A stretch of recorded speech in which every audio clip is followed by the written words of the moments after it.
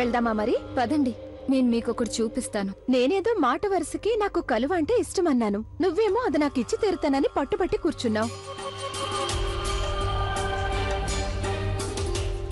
మనం ఇలాంటి చోటుకొచ్చామేంటి?